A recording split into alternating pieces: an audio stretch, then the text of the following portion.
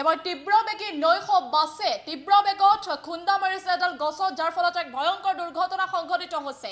থিতাতে বাছখন বাগৰি থিতাতে নিহত হৈছে এজন লোক আৰু 30 জন যাত্ৰীৰ অৱস্থা অতিকৈ সংকটজনক বুলি জানিব পৰা গৈছে। এবাৰ নৈশ বাছ বাগৰি থিতাতে নিহত হৈছে এজন লোক, এক ভয়ংকৰ দুৰ্ঘটনা সংঘটিত হৈছে। এবাৰ তীব্ৰবেগী বাছে খুন্দিয়ালে এডাল গছত যাৰ ফলত এক ভয়ংকৰ দুৰ্ঘটনা সংঘটিত হৈছে। থিতাতে এজন লোক মৃত্যুমুখত পৰা বুলি জানিব পৰা গৈছে আৰু 30 জনৰ অৱস্থা অতিকৈ সংকটজনক। 30 জনকৈ যাত্ৰীক বাছৰ পৰা উলিয়াই অনা হৈছে, উদ্ধাৰ কৰা হৈছে। তেওঁলোক গুৰুতৰভাৱে আঘাতপ্ৰাপ্ত হৈছে আৰু আঘাতপ্ৰাপ্ত লোককেইজনক বৰ্তমান চিকিৎসালয়ত ভৰ্তি কৰা হৈছে বুলি জানিব পৰা গৈছে। প্ৰতিনিশাই লখিমপুৰত সংঘটিত হৈছে ভয়ংকৰ পথ দুৰ্ঘটনা। জিলাখনৰ দলুহাট তিনিআলিত এখন নৈশ বাছ নিয়ন্ত্ৰণ হেৰুৱাই পথৰ কাষৰ গছত খুন্দিওৱাৰ ফলত এই শোকাব দুৰ্ঘটনা সংঘটিত হৈছে। দুৰ্ঘটনাত এজন যাত্ৰী থিতাতে মৃত্যু হোৱাৰ লগতে 30 গৰাকীকৈ যাত্ৰী গুৰুতৰভাৱে আহত হৈছে।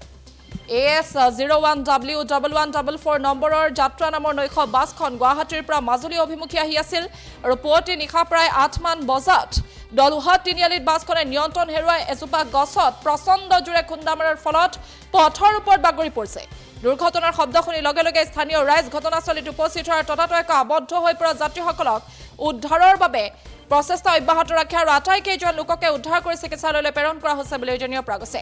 30 জন যাত্ৰী ইতিমধ্যে সংকটজনক অৱস্থাত আছে আৰু তাতে থিতাতে প্ৰাণ হেৰুৱাইছে এজন লোকে। দুৰ্ভাগ্যবশতঃ এজন লোকে মৃত্যুমুখত পৰিছে।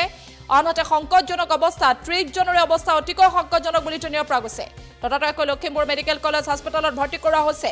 বৰ্তমান হাস্পতালখনতে আহতসকলৰ চিকিৎসা চলি আছে বুলি জানিব পৰা গৈছে। এক শোকাব দুৰ্ঘটনা পুৱতি নিশাৰ ভাগতেই পুৱতি নিশা 4 মান বজাত এক শোকাব দুৰ্ঘটনা সংঘটিত হৈছে। লখিমপুৰত সংঘটিত হৈছে এই দুৰ্ঘটনাটো। লখিমপুৰৰ দলুহাট তিনিআলিত নৈশ বাছে এবাৰ নিয়ন্ত্ৰণ হেৰুৱাই পথৰ কাষৰ গছত খুন্দিওৱাৰ ফলত এক ভয়ংকৰ দুৰ্ঘটনা সংঘটিত হৈছে, শোকাব ঘটনা সংঘটিত হৈছে।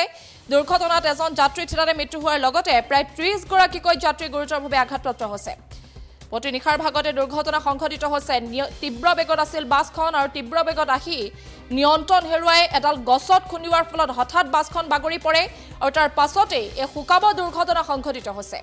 তাৰে 30 জনৰ অৱস্থা অতিকৈ সংকটজনক বুলি জানিব পৰা গৈছে আৰু এজন লোক থিতাতে মৃত্যুমুখত পৰা বুলি জানিব পৰা গৈছে।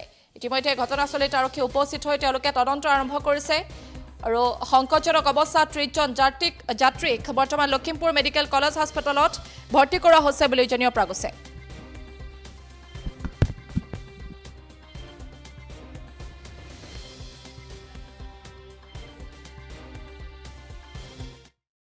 ইয়াত যেনেকে কৈছে আপোনাৰ 4টাৰ পৰা 4:30টাৰ ভিতৰত হ'ব। কেনেকে হ'ল আমি শুই আছো, মোৰ শ্লিপাৰ এইটো আপোনাৰ 12 নম্বৰ চিটটো আছিলে, ওপৰত শুই আছিলো আৰু টোপনিতে আছিলো। যেতিয়া গাড়ীখন ইম্বেলেঞ্চ হৈ যোৱা যেন লাগিলে, তাৰপিছত মোৰ লগতো আছিলে মানে পেচেঞ্জাৰ, আৰু তাৰপিছত সেইখিনি সময়তে অলপ দীঘলীয়া সময় আছিলে। মানে আমি ভাবিছো গাড়ীখন ৰ'ব। প্ৰথমতে ভাবিছিলো মানে কি হ'ল, একো দিক বেদিক জ্ঞান শূন্য হৈ গ'ল। তাৰপিছত গৈ খুন্দা মাৰিলে, খুন্দা গৈ গোটেই গাড়ী। আৰু আমাৰ সেইটো সময়তে হুলস্থুল, মানে গাড়ী ইম্বেলেঞ্চ হোৱা সময়ৰ পৰাই হুলস্থুল আৰম্ভ হৈ গৈছে। মহিলাসকলে চিঞৰিছে আৰু চিঞৰাৰ পিছত তেখেত পিছত গৈ তেওঁ ঢুকাই গৈছেগৈ। আৰু তেওঁক আমি চেষ্টা কৰিছিলো, তেওঁ বেছি চিঞৰ আছিলে। মই বাকী এইখন গোৰ মাৰি পেলাই ভাঙি পেলাই খুলি দিলো, খুলি পেলাই এইফালে গোটেই পিছফালৰ মানুহ চব ওলাই গ'লো এইফালে দি, আৰু মানুহখিনিক উলিয়াই পেলাই বেগ চেগ উলিয়াই দিলো। বেগ বাহিৰতো 2জনমান আছিলে সহায় কৰা মানুহ, আমাৰ পেচেঞ্জাৰে আছিলে। তেওঁলোকক যোগেদি বেগ চেগ উলিয়াই দিলো। উলিয়াই এওঁ বহুত শেষলৈকে চিঞৰি থকাত এওঁক চেষ্টা কৰি চালো, তাৰপিছত নোৱাৰিলো। পিছত দেখিলো যে তেওঁ শৰীৰৰ আধা অংশ চেপা খাই আছে। তাৰপিছত উপায় নাই, তাৰপিছত আহি পেলাই মই সেইফালেদি ওলাই আহিলো।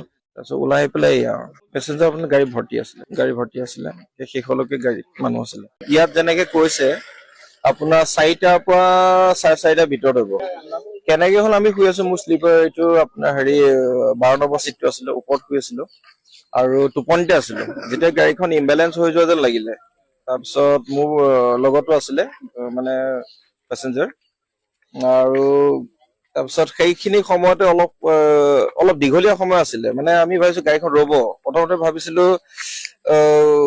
মানে কি হ'ল, একো দিক বেদিক জ্ঞান শূন্য হৈ গ'ল। তাৰপিছত গৈ খুন্দা মাৰিলে, খুন্দা গৈ গোটেই গাড়ী। আৰু আমাৰ সেইটো সময়তে হুলস্থুল, মানে গাড়ী ইম্বেলেঞ্চ হোৱা সময়ৰ পৰাই হুলস্থুল আৰম্ভ হৈ গৈছে। মহিলাসকলে চিঞৰিছে আৰু চিঞৰাৰ পিছত তেখেত পিছত গৈ তেওঁ ঢুকাই গৈছেগৈ আৰু তেওঁক আমি চেষ্টা কৰিছিলো।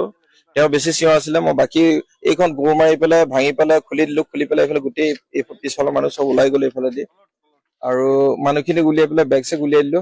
বেগ বাহিৰতো দুজনমান আছিলে সহায় কৰা মানুহ, আমাৰ পেচেঞ্জাৰে আছিলে, তেওঁলোকক তেওঁলোকৰ যোগেদি বেগ চেগ উলিয়াই দিলো। উলিয়াই এওঁ বহুত শেষলৈকে চিঞৰি থকাত এওঁক চেষ্টা কৰি চালো, তাৰপিছত নোৱাৰিলো। পিছত দেখিলো যে তেওঁ শৰীৰৰ আধা অংশ চেপা খাই আছে। তাৰপিছত উপায় নাই, তাৰপিছত আহি পেলাই মই সেইফালেদি ওলাই আহিলো। তাৰপিছত ওলাই আহি পেলাই পেচেঞ্জাৰ আপোনাৰ গাড়ী ভৰ্তি আছিলে, সেই শেষলৈকে